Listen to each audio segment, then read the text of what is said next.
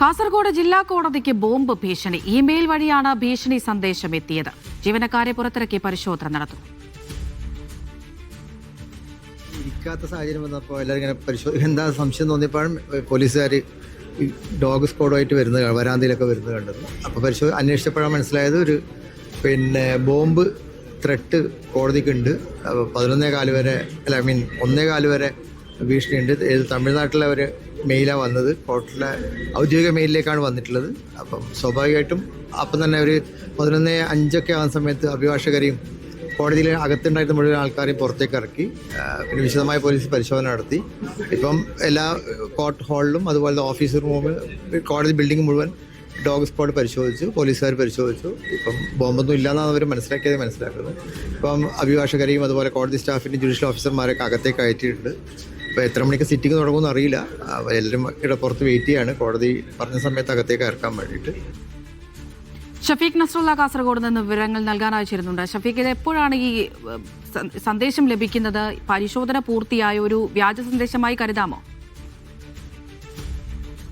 11 മണിയോടുകൂടി അഭിഭാഷകരും മറ്റുദ്യോഗസ്ഥരും കോടതി പരിസരത്ത് എത്തിയപ്പോഴാണ് പോലീസ് വലിയ രൂപത്തിലുള്ള ഒരു പരിശോധന നടത്തുന്ന ശ്രദ്ധയിൽപ്പെട്ടത്. അതോടുകൂടി തന്നെ മുഴുവൻ ആളുകളെയും ജീവനക്കാരെയും അഭിഭാഷകരെയും പുറത്തിറക്കിയതിനു ശേഷം വിശദമായ പരിശോധന ബോംബ് സ്ക്വാഡും പോലീസും നടത്തി. പക്ഷേ ബോംബിന്റെ സാന്നിധ്യമൊന്നും കണ്ടെത്താൻ കഴിഞ്ഞില്ല. ഒരു വ്യാജ ഇമെയിൽ സന്ദേശമാണോ എന്ന കാര്യമടക്കം പോലീസ് പരിശോധിക്കുന്നുണ്ട്.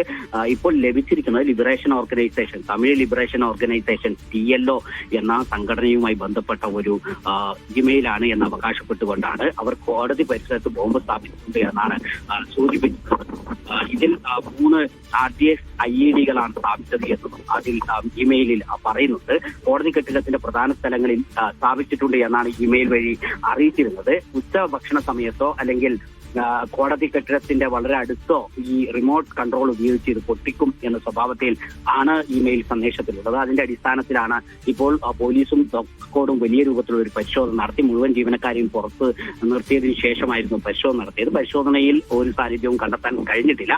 അങ്ങനെ മുഴുവൻ ആളുകളെയും ഇപ്പോൾ ഓഫീസിലേക്ക് പ്രവേശിക്കാനുള്ള അനുമതി നൽകിയിട്ടുണ്ടെങ്കിലും പോലീസും മറ്റ് ഡോഗ് സ്ക്വാഡ് സംവിധാനങ്ങളും ഒക്കെ ഇപ്പോൾ കോടതി പരിസരത്ത് തന്നെയാണ് ഉള്ളത്. ഇതിൽ സൂചിപ്പിക്കുന്നത് ഉച്ച ഭക്ഷണ സമയത്തായിരിക്കും ഇത്തരത്തിൽ ഒരു സ്ഫോടനം നടക്കുക എന്ന സൂചനയാണ് നൽകിയിട്ടുള്ളത്. അത് തമിഴ് ലിബറേഷൻ ഓർഗനൈസേഷൻ എന്ന സ്വഭാവത്തിൽ ആണ് ഇമെയിൽ സന്ദേശം വന്നിട്ടുള്ളത്.